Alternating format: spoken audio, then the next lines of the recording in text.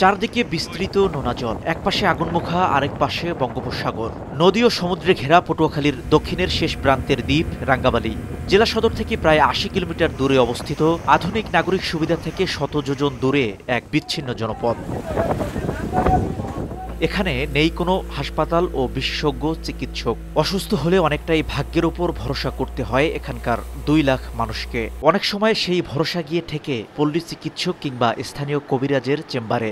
Speedboat রাত্রে ভাড়া করতে যায় ৩,০০০-৪,০০০ টাকা লাগে, এবার ট্রলার পাওয়া যায় না। রোগী এই স্পিডবোটে নিতে অনেক মানুষ মারা যায়। রোগী নিয়ে উন্নত চিকিৎসার জন্য পাড়ি দিতে হয় উত্তল আগুনমুখা নদী। দিনের আলোয় ট্রলার বা স্পিডবোটে যাত্রা সম্ভব হলেও রাত নামলে পুরো দ্বীপটাই থমকে যায় যোগাযোগ বিচ্ছিন্নতায়। ঝড় কিংবা বর্ষার সময় যোগাযোগ ব্যবস্থা বন্ধ হয়ে গেলে যেন মৃত্যুর অপেক্ষা করে ঘরে ঘরে। শ্বাসতন্ত্রের রোগী, গর্ভবতী মা সহ সব ধরনের রোগী আসে, যাদেরকে পুরোপুরি ট্রিটমেন্ট দেওয়া আমাদের পক্ষে সম্ভব না। মারাত্মক রোগীদের সাধারণত গলাচিপা উপজেলা হাসপাতালে রেফার করা হয়।